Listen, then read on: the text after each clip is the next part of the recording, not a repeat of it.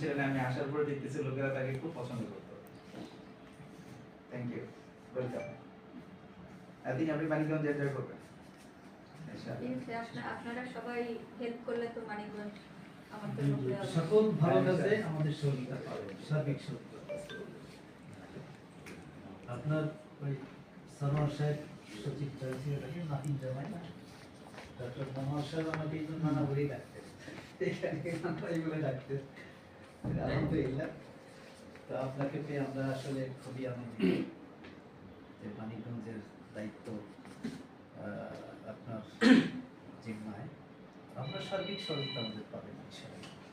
বিশেষ করে একটা চ্যালেঞ্জিং সময় আপনি আসছেন, সামনে নির্বাচন, লেভেল প্লেইং ফিল্ড করার ক্ষেত্রে আপনাদের সাথে আমরা সহযোগিতা করব। আপনাদের সর্বোচ্চ ভূমিকা থাকবে, আমরা পাশে পাবেন ইনশাআল্লাহ।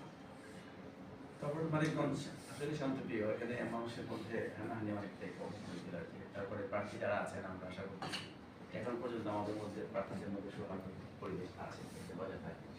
চেষ্টা করবো যে আমাদের পক্ষ থেকে সতর্কতা অবলম্বন করা, কিন্তু প্রার্থীদের সাথে যাতে ভালো সম্পর্ক থাকে, বজায় থাকে, এটা আমরা চেষ্টা করবো।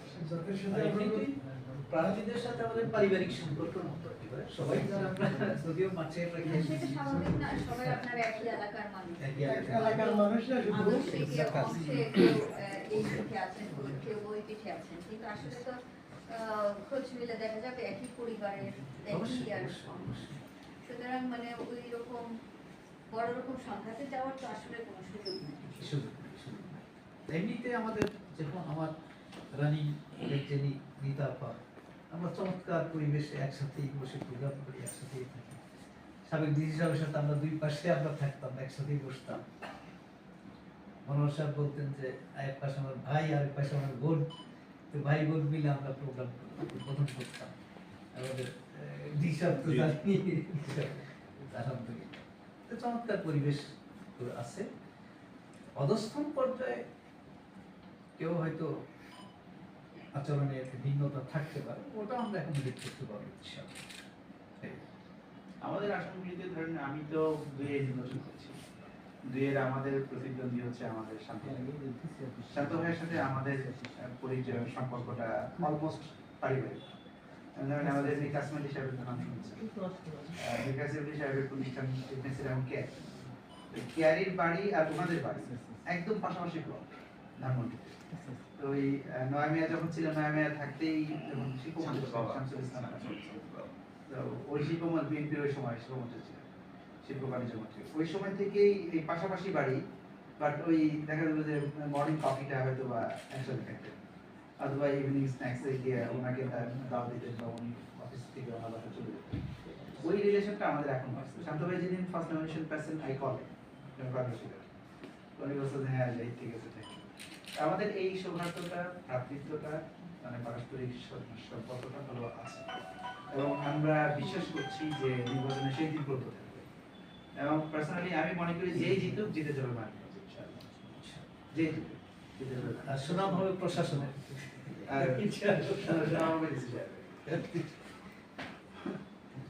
এটা লিও পেক একটা free fair credible participate election, এটা উপহার দেওয়াটা আপনার জন্য চ্যালেঞ্জিং, উইল হেল্প ইউ। আপনি আমাদেরকে বলবেন। আমার কাছে তো এখন চ্যালেঞ্জিং মনে হচ্ছে না।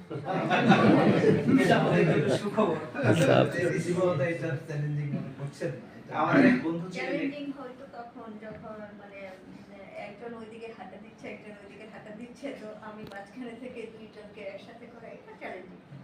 আমার মনে হচ্ছে আপনারা এত সুন্দর করে মানে বিষয়টি ইয়ে করলেন যে আপনারা হেল্প করবেন। ওনারা এসেছিলেন, এই তাপা এসেছিলেন, উনিও বলে গেছেন যে উনি সার্বিক হেল্প করবেন। তো সবাই যদি হেল্প করে, আমি বিশ্বাস করি যে আপনারা সবাই হেল্প করবেন। সেক্ষেত্রে আমার কাজটা হচ্ছে জিনিসটা যেন কোথাও গ্যাপ না পড়ে, সেই জিনিসটা আমার কিন্তু মানে আপনারাই পুরো কাজটা করে দিচ্ছেন, করে দেবেন। আপনারা ইতিমধ্যে ওই যে নির্বাচনে আচরণ বিধিও পেয়ে গিয়েছেন, সবকিছু পেয়ে গিয়েছেন। আপনারা সবাই অনেক মানে যথেষ্ট জানেন, বুঝেন, এবং এই জায়গায় মানে এই নির্বাচন সংক্রান্ত বিষয় আমার চেয়ে আপনারা অনেক জানেন, অনেক জ্ঞান। সুতরাং ওইখানে আমার মানে হাত দেওয়ার আমি কোনো জায়গা দেখি না। হ্যাঁ, কেবলমাত্র আপনাদের যারা একেবারে ফিল্ড লেভেলে কর্মী, ওরা অতি উৎসাহের বসে মাঝে মাঝে একটু অকারেক্ট হয়ে যেতে পারে।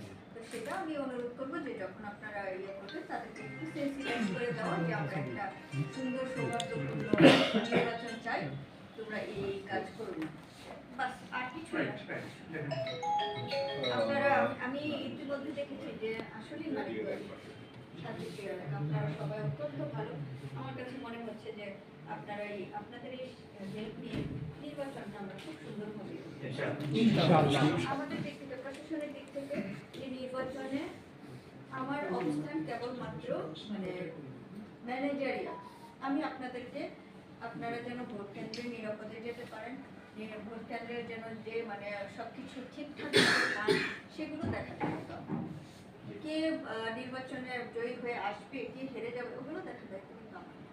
ওগুলো আমার হ্যাঁ, সরকার থেকে আমাদেরকে স্পষ্ট নির্দেশনা দেওয়া আছে যে ভোট কেন্দ্র এইভাবে এইভাবে সাজিয়ে দিবা, এই রাস্তাঘাট এভাবে মেরামত করে দিবা, এটা আছে কিনা সেটা দেখবো, সেগুলো নিয়ে আমরা কাজ করছি।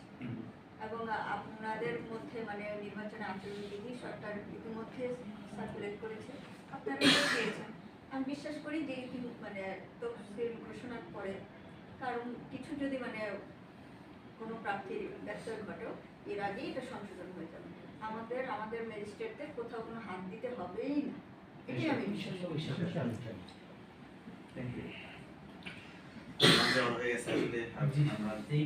আমরা মানিকগঞ্জের একটা ঐতিহ্যবাহী দুইটা জিনিসের I think you have every knowledge, but আমাদের পক্ষ থেকে একটু বলে দেই।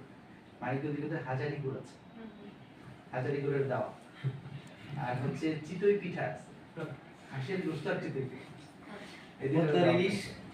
পদ্মার ইলিশ আছে। সবার উপরে মানিকগঞ্জে আপনারা আছেন।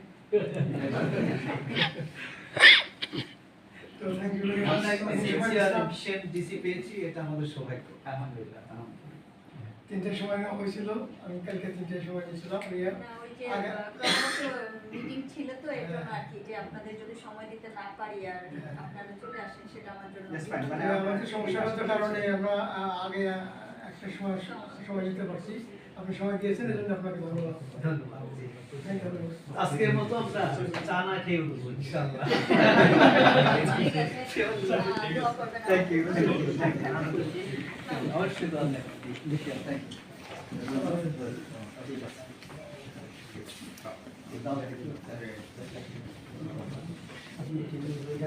সাংবাদিকের ছবি তো কেউ নেয় না, যেন আমি ভালো করে নিলেন।